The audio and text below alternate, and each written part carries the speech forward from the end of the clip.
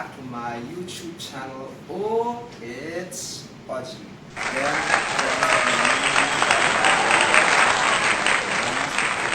is to be protected and healthy.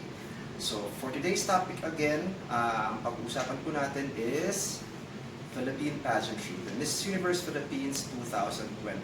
But before we do that, don't forget to like, subscribe, and share to your friends para po maging thousands na tayo. So in a few minutes, you get to see my episode for today from Oh, it's Audrey! For every the pageantry season in the Philippines, like Binibining Pilipinas and MUP, dapat po patapos na by this time. But for the obvious reason that we had COVID-19, as for Binibining Pilipinas, wala pa pong date talaga kung kailan. But MUP has already said in their official statement that by October, the pageant will push through. So ang pag-usapan po natin ngayon ay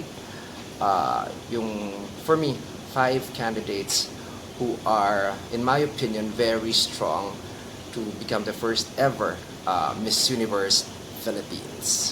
For so many years, nasanay po tayo na ang Binibining Pilipinas Universe was under Binibining Pilipinas. But for this year, iba na po ang may hawak.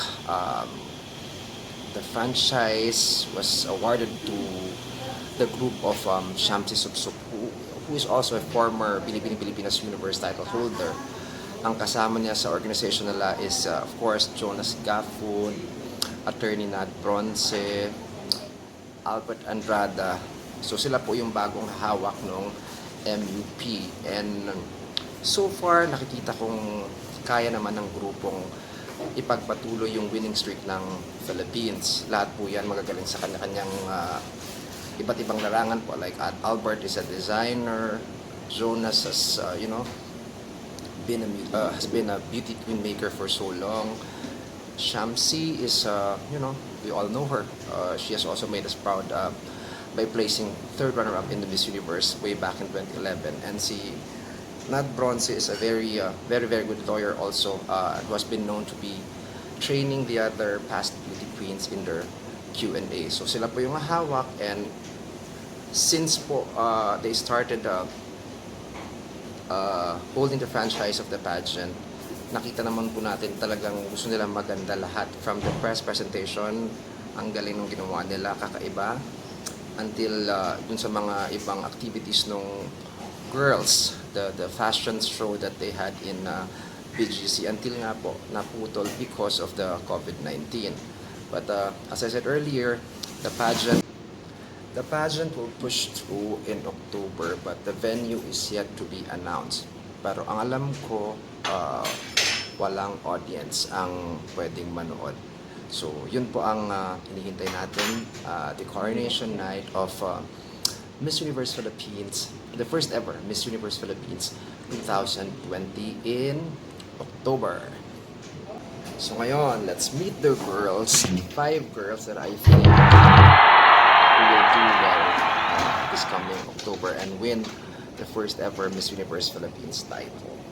Lima sila that I have right now. Of course, we have Eliza Malinaw from Davao, Michelle Gumabaw of Quezon City,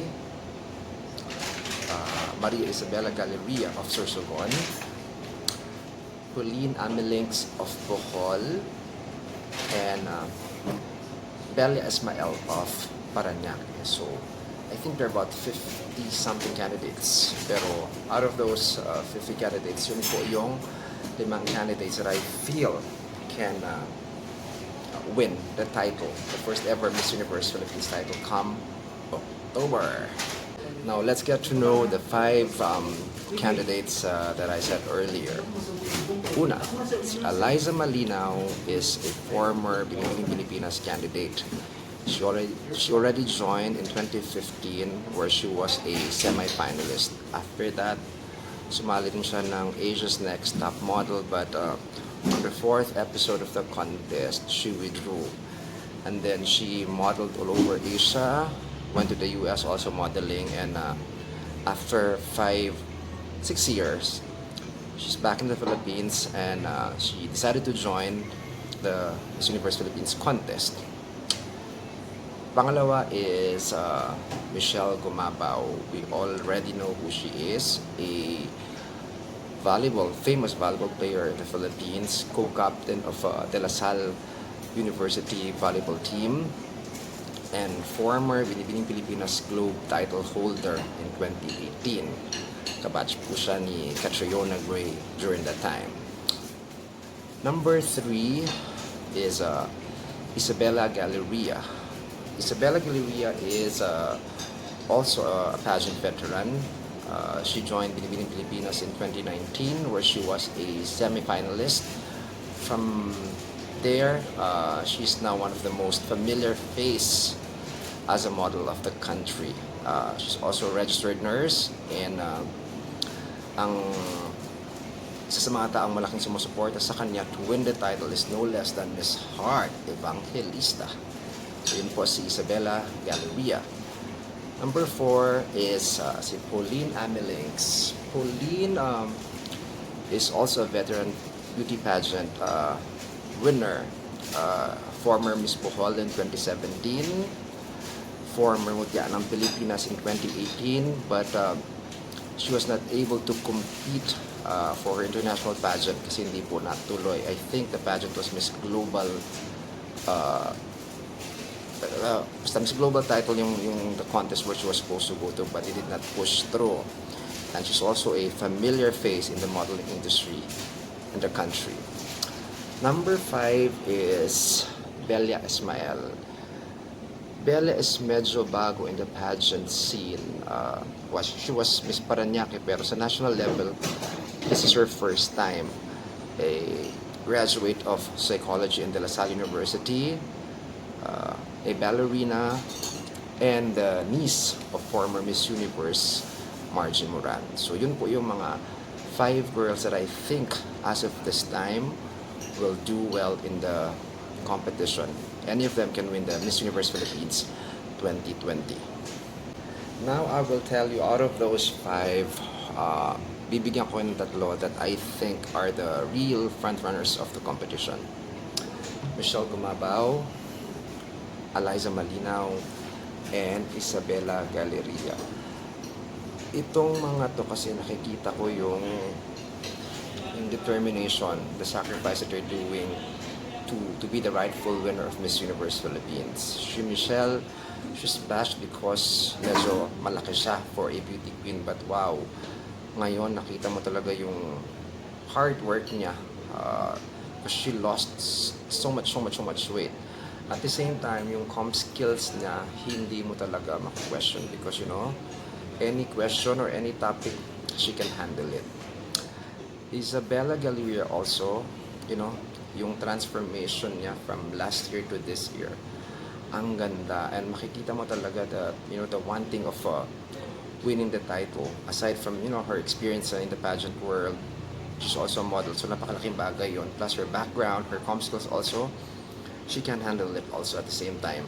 So, isa talaga siya sa mga binabantayan kong girl because she can give us a surprise on the coronation night na pwedeng may uwi na yung title ng Miss Universe Philippines.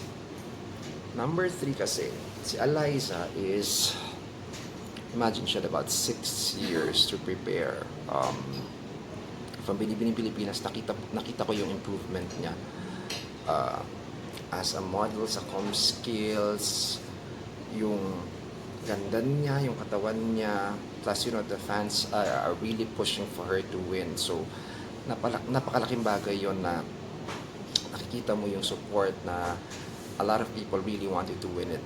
And from the press con to lahat ng activities, nakikita mo talaga siyang planado yung mga galaw niya, mga pasabog niya to win the title. So isa talaga siya sa mga girls na kailangan bantayan because she can also win the title. So, yun po yung tatlong favorites ko. At the same time, I feel who are frontrunners for the title of Miss Universe Philippines 2020.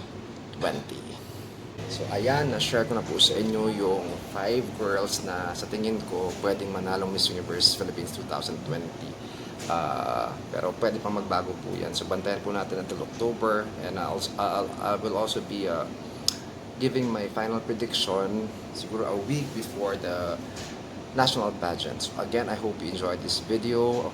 Please don't forget again to like, subscribe, and share to your friends para dumami tayo ng dumami in this family of ours. Again, I want to thank you. This has been Oji Lukman for Oh, it's Oji. See you again for the next vlog. Bye!